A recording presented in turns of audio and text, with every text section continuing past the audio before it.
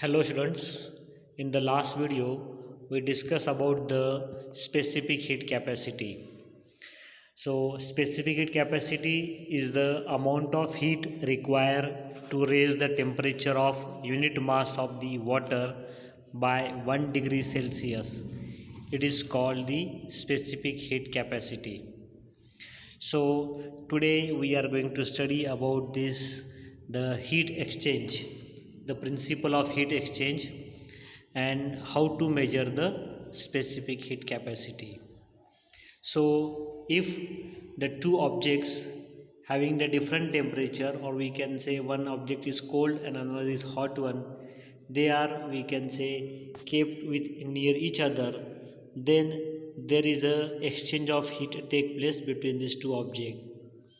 The temperature of the hot object goes on decreasing, while the temperature of cold water or cold object goes on increasing. So here the hot object loses its energy while cold object increases, the energy adds in that.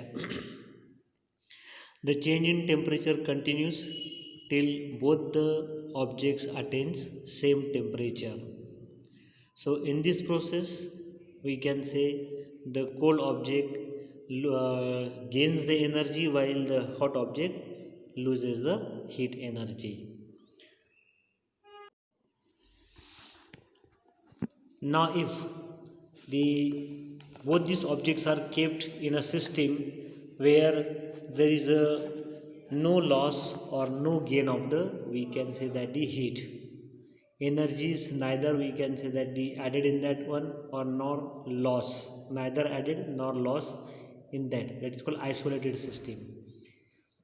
So if we keep the, we can say this system in the isolated one, objects are kept in the, we can say that the isolated from the environment, then there is a, we can say that the no energy can flow from inside the box and come into the box. Energy neither we can say that the added in the that box one nor it goes outside the box. Then in this situation we get the one principle, that is the energy, heat energy lost by hot object is equal to the heat energy gained by the cold object. So whenever such a type of the, we can say, the situation arises where heat is neither loss or nor gain one, here what happen, both the objects are kept isolated one in such a system where from the outside heat doesn't come inside the box one, or we can say that the from inside the heat doesn't go outside the box. It means there is only the exchange of heat between the two objects take place, and at that time the heat lost by hot object is equal to the heat gained by the cold object. This principle is there, it is called as a principle of heat exchange. Now let us see how to measure the specific heat, that is called the mixing method. So here we can measure the specific heat by using calorimeter. About the calorimeter, in the last standard you learn about the calorimeter one. It is a wooden box, inside it is, we can say that there is a layer of the insulation, so that the heat is never, we can say that come inside the box one from outside, or we can say heat is neither goes outside the box. So we learn about this calorimeter in the previous standard. Now if the hot object is put in the water in calorimeter, in the calorimeter the water is taken in that, and in that the hot object is put. So there will be a heat exchange take place between the that hot object and the water. And also the heat is, we can say that the, which is lost by the hot object, that heat energy is gained by water as well as the calorimeter. So this continues till the temperature of solid object, water and the calorimeter becomes equal. So here we can say, according to the principle of the heat exchange, the heat lost by hot object is equals to heat gained by water in calorimeter, also heat gained by the calorimeter. So we can find heat lost by the solid object by the formula, that is the mass of solid multiply its specific heat multiply decrease in temperature. So by this formula we can find the heat lost by solid object. Similarly, we can find the heat gained by the cold object. So here the cold object is nothing but the water and calorimeter. So heat gained by water is equals to mass of the water multiply specific heat of the water multiply, we can say, increase in its temperature.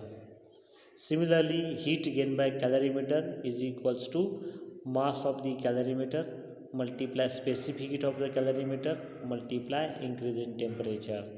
So we can say heat loss is suppose Q, and heat gained by water is Q1, and heat gained by the calorimeter is Q2. So you can say Q is equals to Q1 plus Q2.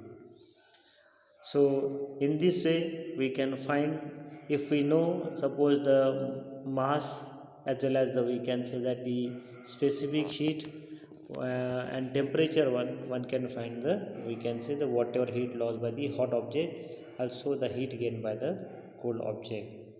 So using that equation Q is equals to Q1 plus Q2, and if we know the specific heat of the water and calorimeter, then we can find the specific heat of the solid object, which is, we can say that any hot object what we put, its specific heat can be determined with the help of the above formula, that is Q is equals to Q1 plus Q2.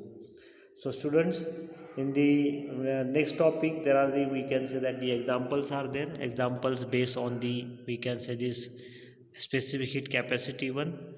So we'll better understand this principle of heat exchange while studying the examples. So go through the video again and write the answers of the given questions in the homework. The homework is displayed on the screen.